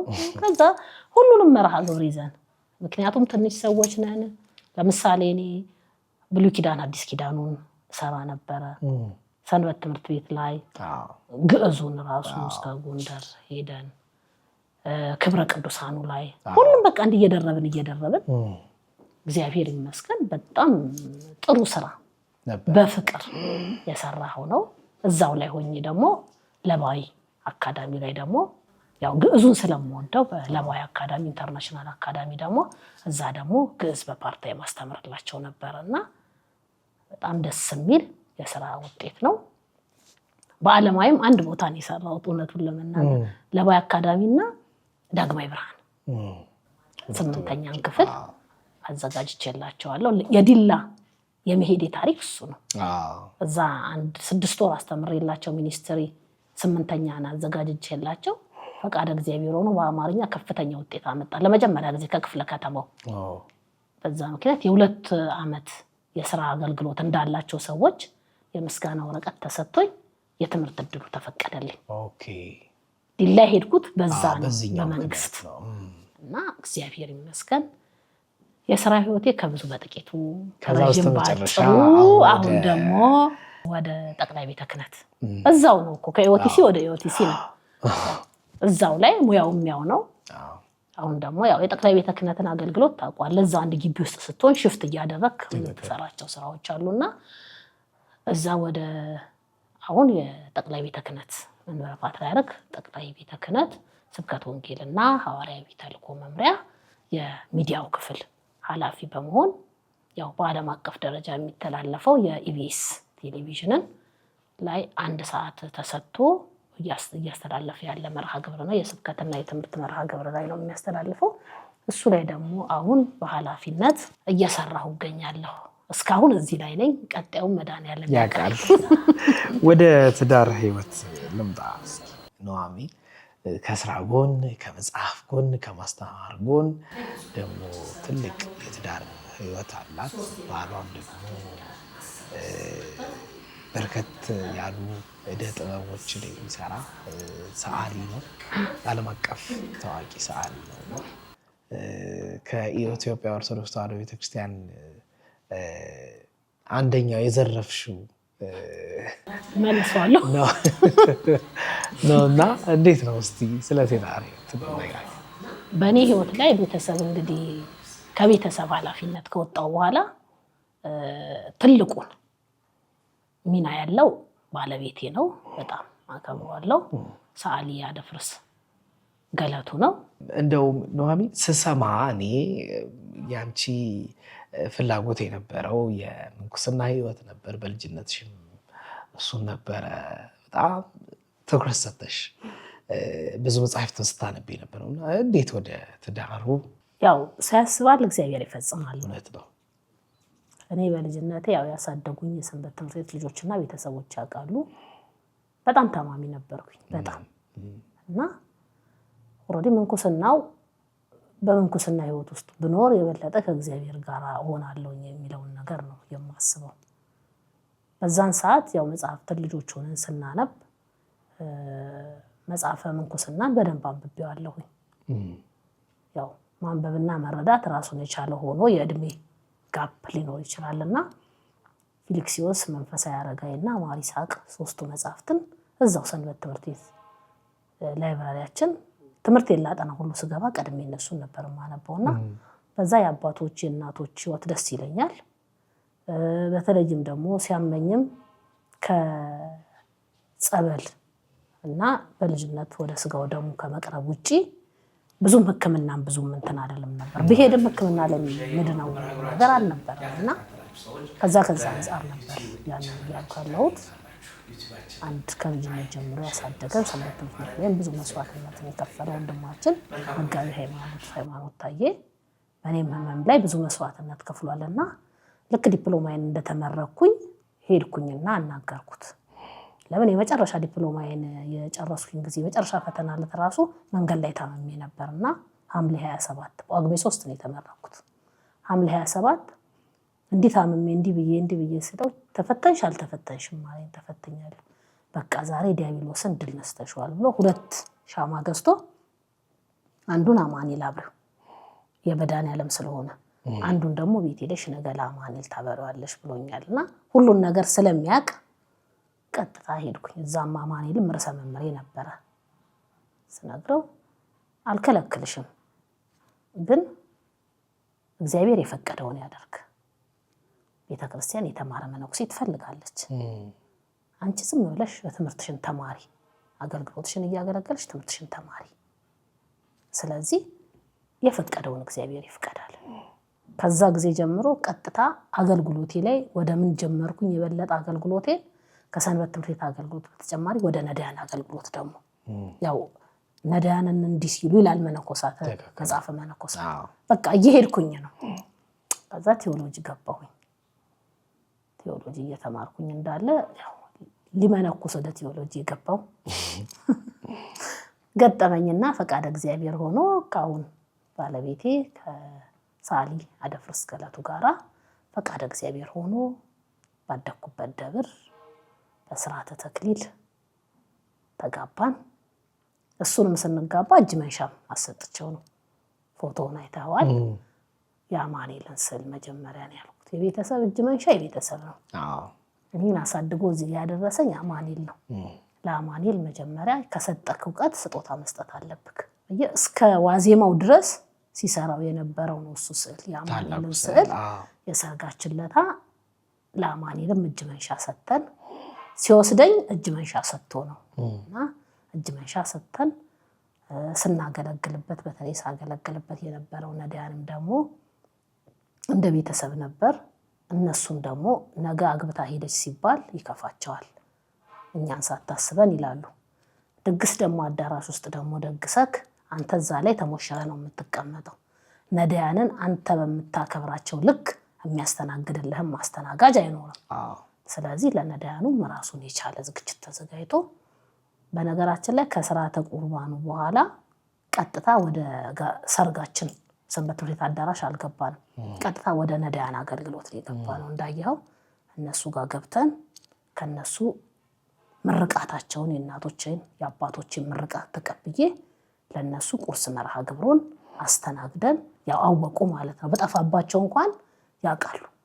ከነሱ ምርቃቱን ተቀብለን ወደ አዳራሻችን ገብተን ያው በቅኔው በምኑ ሴት ናቸው ሳልል በጣም ነው እኔ በእውነት እግዚአብሔርን ያመሰገንኩት። ቅኔውን እጠብቃለሁ፣ ግን ሊቃውንቱ ወጥተው በልብሰ ተክህኖ አቀባበል ያደርጉልኛል፣ ማህሌት ይቆማሉ ብዬ ፍጹም አልጠበቅኩኝም። እና ሌሊት 10 ሰዓት ስንገባ ካህናቱ ለብሰው ምናምን ውጭ ጠብቀውኝ በጣም ደነገጥኩኝ። አማኑኤል ክብር ይግባው። ምክንያቱም አንዳንድ ጊዜ የማይገባክ ነገር ብዙ የማይገባን ነገር ሲደረግልን እናያለን እና አንዳንድ ጊዜ ሰው ካከበረው እግዚአብሔር ያከበረው ይበልጣል። እና እኛ ትንሽ ነገር ሰርተን ራሳችንን እንኮፍሳለን።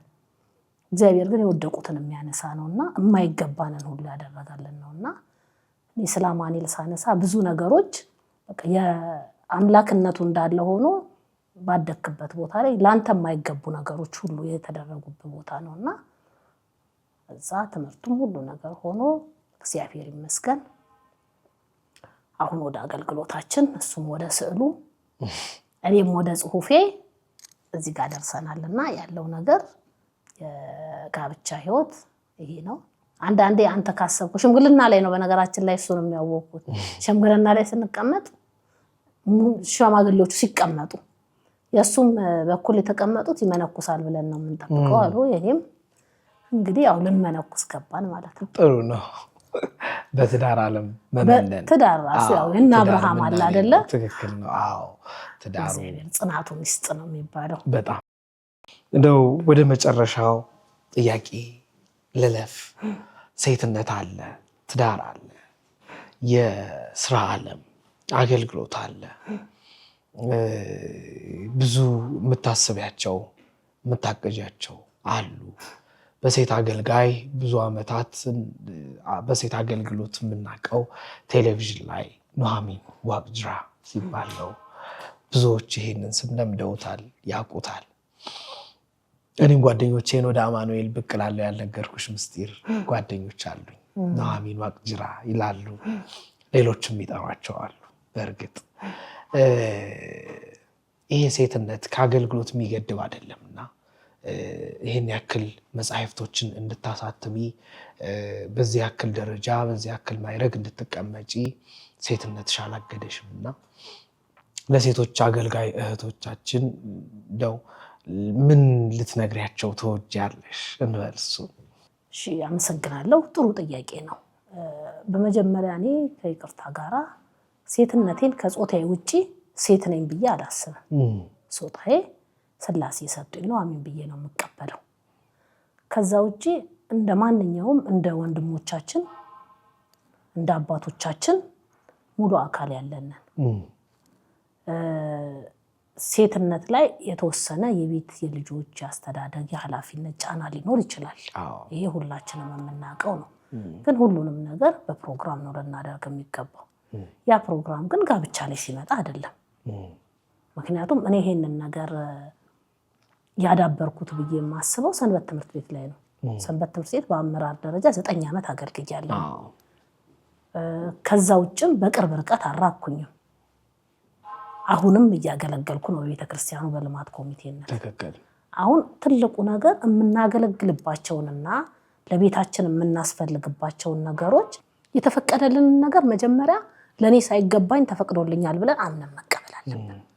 እያንዳንዱ የተሰጠንን ነገር ይገባኛል ይደሉ እያለን የምንቀበል ከሆነ ብዙ የምናጣቸው ነገሮች አሉንና እኔ ከዛ ከሰንበት ትምህርት ቤት አገልግሎትም ውጪ አሁን አካባቢ ወደ ጣፉ አካባቢ ነው።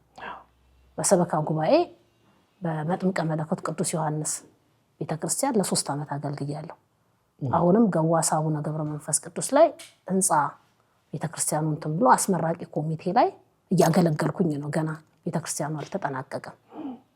አማኑኤልም ልማት ክፍል ላይ ያገለግላለሁ። ሰንበት ትምህርት ቤቶች በማንኛውም ጊዜ ደብሬ በጠራኝ ሰዓት ከደብሬ የማስቀድመው ነገር የለኝም። ስራዬን አልበድልም። ከደብሬ ግን የማስቀድመው ነገር የለኝም። ለምን?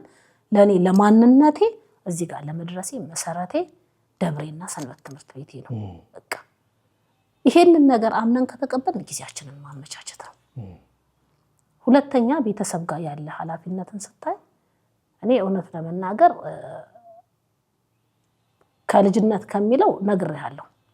ቤተሰብ ጋር በተለይ እናቴ ጋር ትልቅ ጫና እየተጫነ እኛን የበለጠ ጥሩ ነገር ላይ እንድንደርስ አድርጋናለች። ከልብ ነው የማመሰግነው። አባቴ በህይወት የለም። ምንጊዜም እኛን በመውለዱ ስሙ ይጠራል። ወደ ትዳር ህይወት ግን ከገባው በኋላ ባለቤቴን ሳሊያ ደፍርስ ከለቱን ከልብ ነው የማመሰግነው። እውነት ለመናገር እሱ ከኔ የተሻለ ጥሩ መንፈሳዊ ህይወት ያለው ሰው ነው። ይሄ ለመመሰካከር ለውዳሴ ከንቱ አይደለም። እኔ በአገልግሎቱም በሁሉም እሱም ወንጂ የሰንበት ትምህርት ቤት አቡነ ተክለ ሃይማኖት የሰንበት ትምህርት ቤት ልጅ ነው። ወንጂ አማኑኤልን አቡነ ገብረ መንፈስ ቅዱስን ሲያገለግል ያደገ ልጅ ነው። ቴዎሎጂም እዚሁ እንትን እያለ ቤተክርስቲያንም እያገለገለ በቅርብ ርቀት ብዙ ቅዱሳት ሰላትንም እየሰራ እና 40 መድኃኔዓለም ሁሉ የመንበር ሰል ውስጥ ይሳላቸው ነውና አገልግሎቴ ላይ እንድበረታ ነው የሚያደርገኝ። እየጻፍኩኝ ከደከመኝ እውነት ነው የምነግርህ እሱ ይጽፋል ተቀብሎኝ አረፍ እንድል ማለት ነው። አንዳንዴ ከጎን ድጋፍ ሲኖር አንተ እየበረታ ካልሄድክ ነው መልሰህ እንትን የምትለውና ያ ነው። ሌላው ግን ማመቻቸት ነው። እድር እኮ የሴት እድር የወንድ እድር እንገባለን አይደል እንዴ? ሳምንቱን ወሩን ጠብቀን ትዳር ስለያዝን ብለን እንሄዳለን።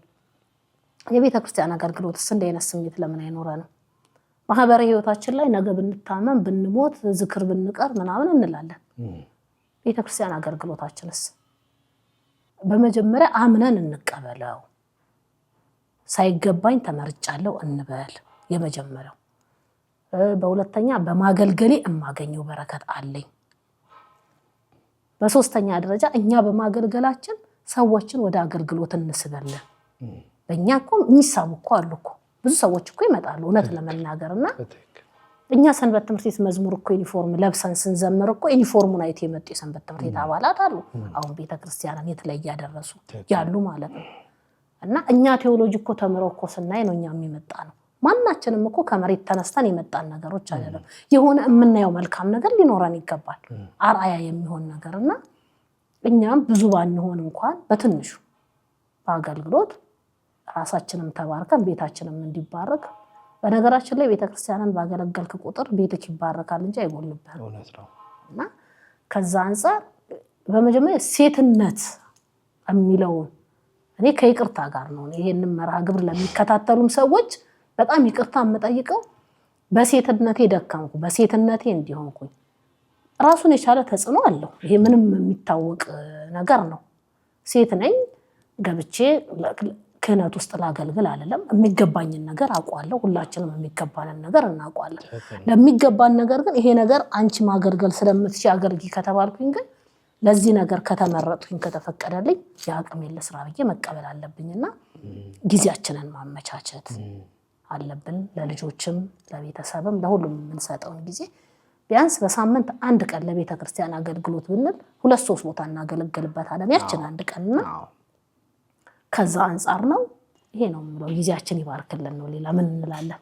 በጣም አመሰግናለሁ። እንደው ቀረ የምትይው አጎደልኩኝ ይሄንን ሳልል ልትይን የምትይው ካለ እድሉ ልስጥና መርሃ ግብራችንን እንቋጭ። እሺ አመሰግናለሁ። ያው ምንም እንደውም ሰፋ መሰለኝ ብዙ ነገሮችን አለን። እኔ ቀረ የምለው ምንድነው እንደ አጠቃላይ ከቤተሰቦች ጀምሮ በዚህ በኔ ህይወት ላይ ብዙ ሱታፌ ያደረጉ ሰዎች አሉ። በጣም ብዙ ከከሌ ማለለው የትምህርት ቤት ጓደኞቼ፣ የሥራ ባልደረቦቼ በተለይም ደግሞ ይሄ መጽሐፍ ሲመረቅ ከመጀመሪያው ከማኅቶተ ጥበብ ጀምሮ 2006 ዓ.ም ማኅቶተ ጥበብ ሲመረቅ ጀምሮ ከኢትዮጵያ ቴሌቪዥን ጀምሮ በጣም ብዙ የሚዲያ ባለሙያዎች በተለይ የ2010 መጽሐፍት ላይ እውነት ለመናገር ያልቀረብኩበት በዚህ ጉዳይ ላይ ፕሮሞት ያላደረገኝ ሚዲያ የለም ብዬ መናገር ማጋነን አይደለም። እና እነዛን ሁሉ በሀገር ውስጥም ከሀገር ውጭም ያሉት በዚህ ሁሉ ነገር ያበረታቱኝ ከጎን ያሉት በርቺ ያሉኝን አባቶቼን በረከታቸው ይድረሰኝ። ከቅዱስነታቸው ጀምሮ ከቅዱስ አባታችን ጀምሮ ብፁዓን አባቶችም እንዳጠቃላይ የአባቶቼ በረከታቸው ይድረሰኝ። የመምህራኑ በረከት ይድረሰኝ። በተለይ ለየት አድርጌ ደግሞ ማመስገን የምፈልገው ኤሊታ ነቃ ጥበብ የጎንደር አቡነ ቤት ገብርኤል መምህር ከዛ ድረስ መጥተው ቅኔውን መርሃ ግብር እሳቸው ናቸው ያቀረቡትና ለኔ ለመጽሐፍ ምርቃት ብለው ነው ሀገር አቃርጠው እዚህ ድረስ የመጡትና በጣም ነው የማመሰግነው። ሁሉንም በዚህ ስራ ላይ ከጎን የሆነው በየጊዜውም በሚዲያውም ስሰራ በሁሉም ቦታ በርቺ ጠንክሪ ከጎንሽ ነው የሚሉትን በተለያየ ምክንያት ከጎን የሆነው ድጋፍ የሆኑኝ ብርታት የሆኑኝን የቤተክርስቲያን ልጆች የሰንበት ትምህርት ቤት ልጆች ሁሉ በአጠቃላይ በጣም አመሰግናለሁ። ከልብ አመሰግናለሁ። የጠበቁን ቦታ አልደረስኩም።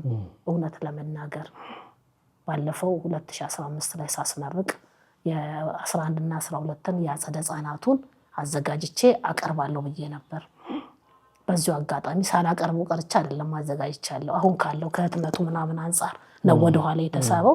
ፈቃድ እግዚአብሔር ሲሆን ያንንም ለትውልዱ አበረክታለሁኝ። ስለ ሁሉም ነገር ከልብ እናንተንም ባህረ ጥበባት አስባችሁ ለበዓል ለሚዲያችን እንግዳ እንድትሆኝ ብላችሁ ስለጋበዛችሁኝ በቅድስት ቤተክርስቲያን ስም ከልብ እግዚአብሔር ያክብርልኝ፣ አመሰግናለሁኝ። ሁሉንም ነገር እንግዲህ እግዚአብሔር ይስጥልኝ። ሌላ ምንም ማድረግ አትችልምና የጎደለውን የሚሞላው እሱ ነው። ሌላው ያው ዓለም ታሲት ወይታዘን ዳግመ እንተፈጠራ ክርስቶስ ነጋሲ እስመ ተወልደ ዓለም ተደሰተች ዳግመኛም አታዝንም።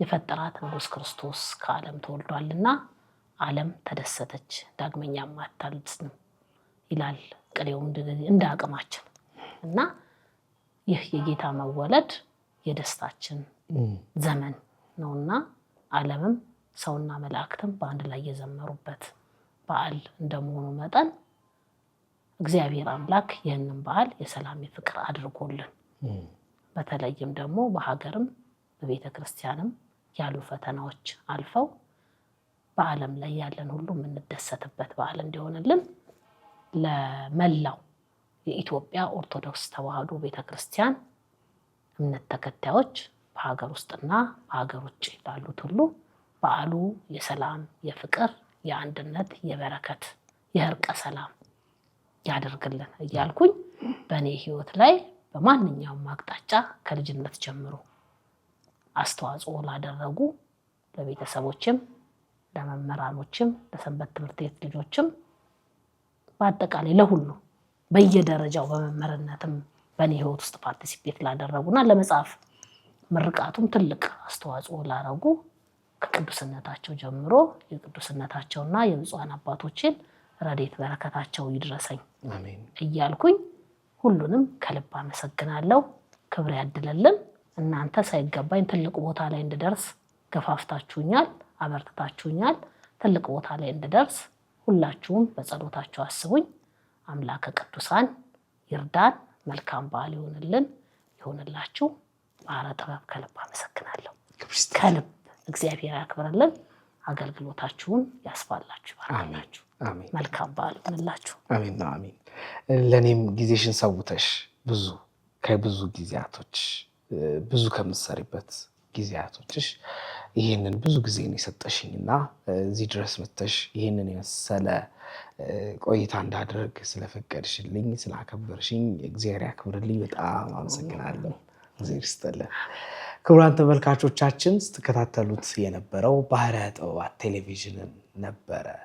የዛሬው መርሃ ግብራችን ያጠነጠነው ከመምህርት ኑሃሚን ዋቅጅራ ጋር በተለያዩ የቤተክርስቲያን ኃላፊነቶች በተለያዩ የትምህርት ቤቶች መምህርት ሆና ብዙ ትውልድን ያፈራች ይልቁንም በግዕዝ ቋንቋ ትምህርት ላይ ብዙ መጽሐፍትን በማሳተም ኢትዮጵያን ከፍ አድርጋ ያስጠራች እህታችን ጋር ቆይታ አድርጌ ነበረ።